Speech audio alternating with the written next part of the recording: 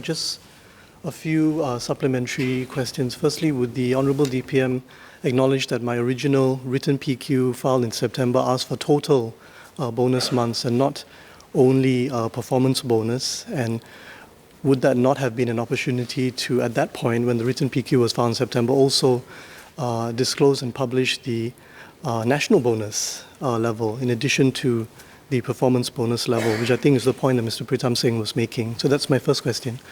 My second question would be, would the government be publishing the quantums of national bonus and average highest and lowest performance bonus on an annual basis going forward?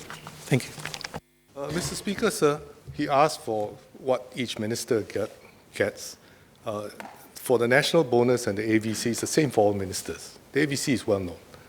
So if that was what Mr. Leon Perera wanted, he could have filed an oral question and he could have followed up, and we would have provided him the answer as we would today. So there's nothing secret about it. It's transparent, it's open, and I'm answering all the questions today.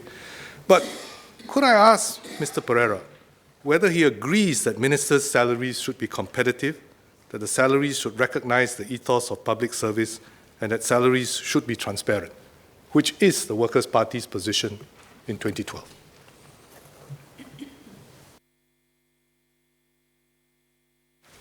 I thank the Honourable Deputy Prime Minister for his reply.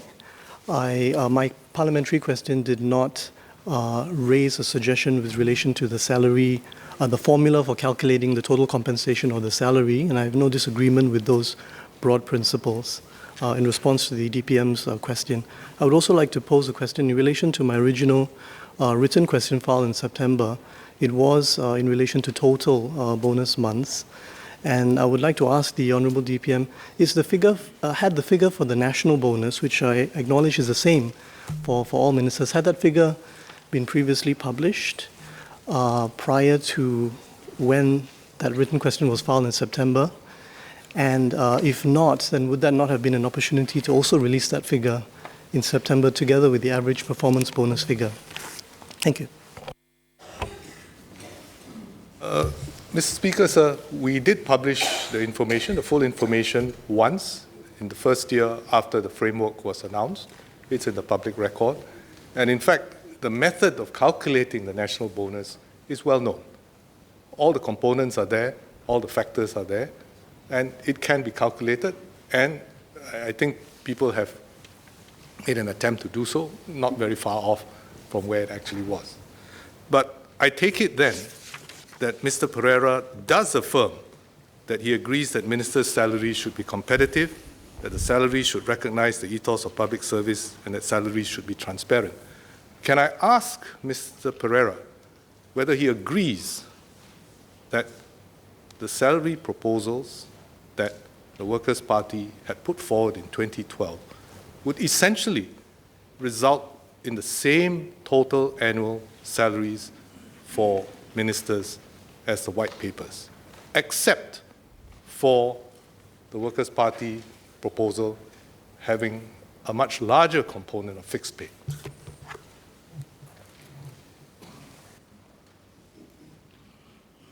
The DPM for his question. I was not present in the House and I did not participate in this debate, and in my parliamentary question I did not make a suggestion, that is a new suggestion, about how the total compensation or the monthly salary should be calculated. Mr. Perera should not evade the question. I provided him all the information there. It is there. Does he agree or not?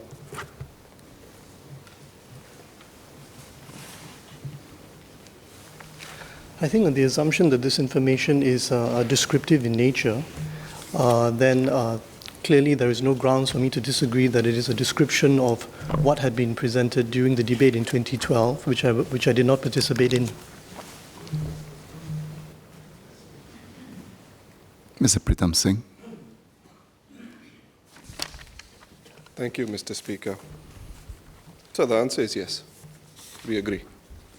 The ministerial salaries 2012 white paper versus Workers' Party formula table that DPM has shared with the House is accurate. There is one point which I have to suggest, which not suggest, one point which I have to make, which is an important distinction, even though the result is similar, is the basis upon which the monthly component is calculated. And that was a question of principle. And the principle that the Workers' Party took upon itself was to consider what would be a fair multiple, what sort of message do you send to the public with regard to the total salary that ultimately is derived. And we chose MX 9 as the point because we felt that an entry-level civil servant could aspire to that position. And he did not have to be a scholar or anything of that sort. That was our political perspective at that time.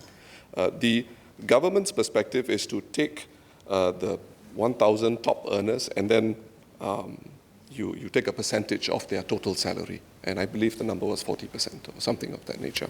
So that's the key difference. But the total amount, as is accurately presented in the table, is correct. The second point I would like to suggest, and this is not belaboring the issue, Mr. Speaker, is the question again by Mr. Alex Yam about the amount. I believe, in the context of the Select Committee on Deliberate Online Falsehoods that came out with a list of recommendations, it is actually more propitious for us to present all the information in an easy-to-understand manner for the public. And that would reduce the prospect of misinformation online. I understand there's an issue with regard to performance bonus. A range would be sufficient.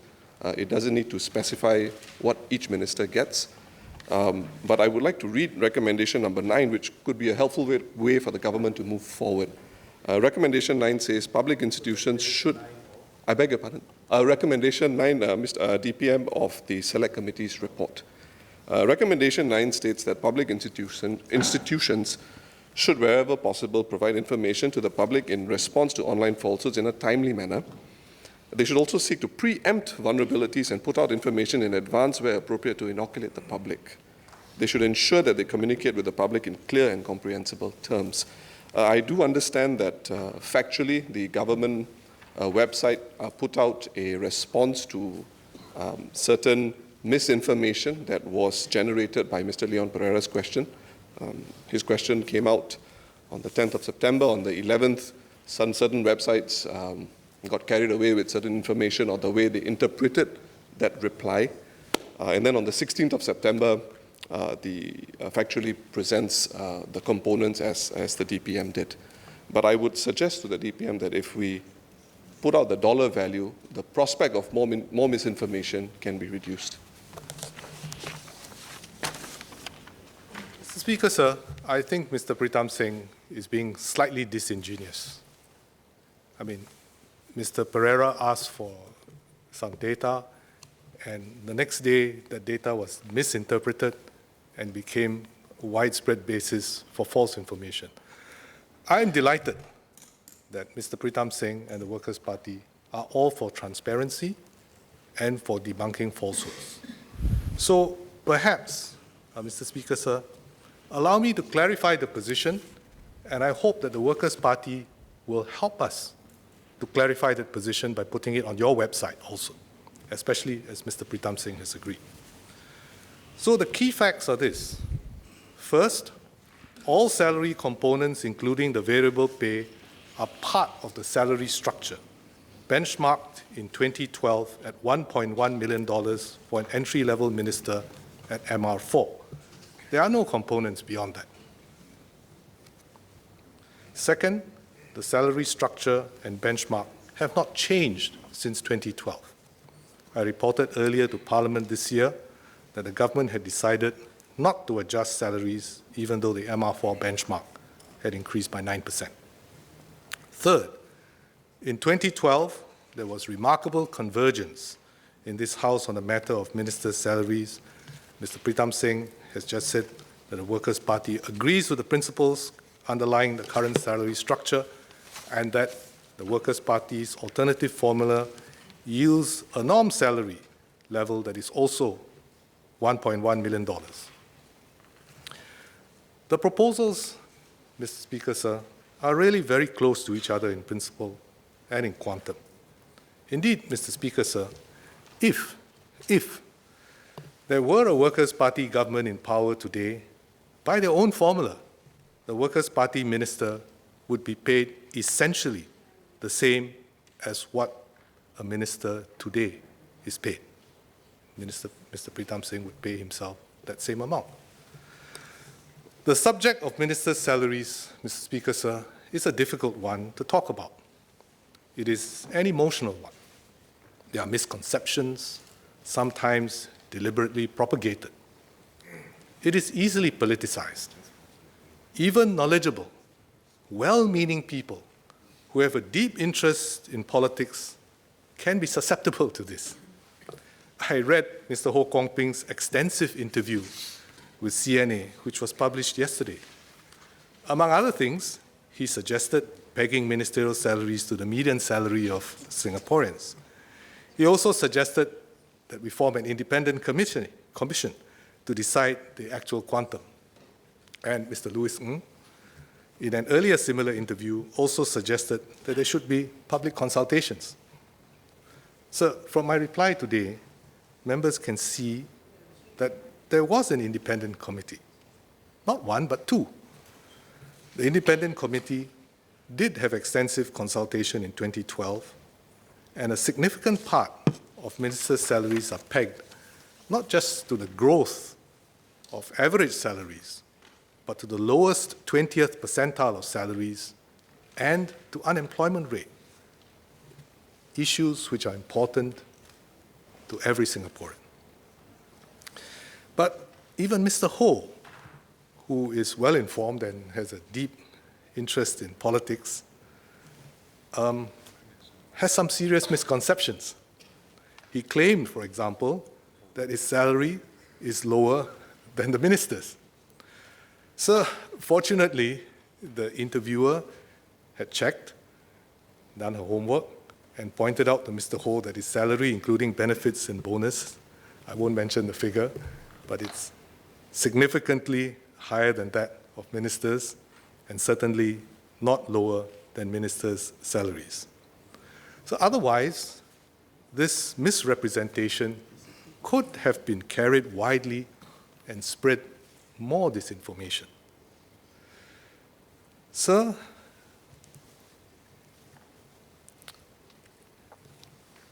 ministers, for example, are responsible for tourism development or air transport as just one of their many responsibilities which contribute to the growth of the tourism industry in our region, which Mr. Ho's company operates in. Mr. Speaker, sir, so if this is a difficult subject to talk about, why do we have to talk about this subject from time to time?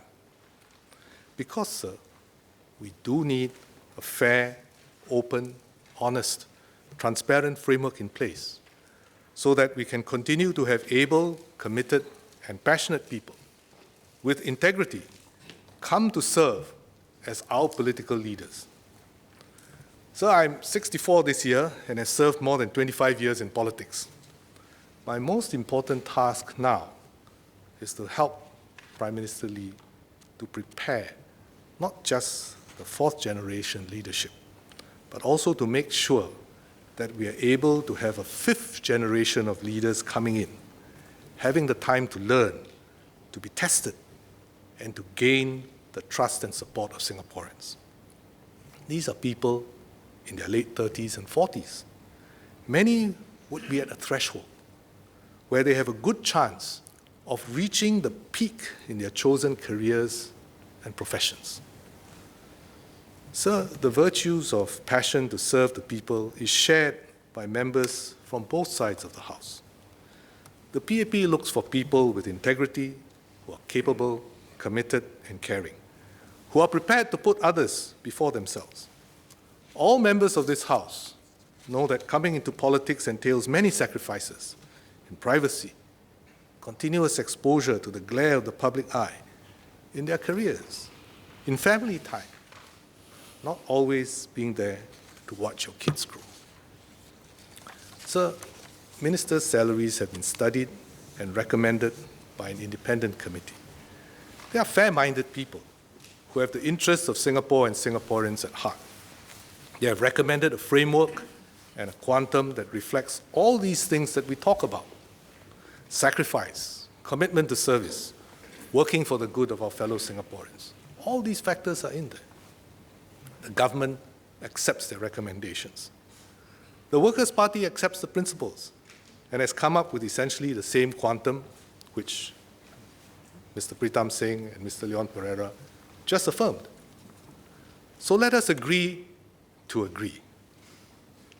This is what politics is about also, not just opposing for the sake of opposing.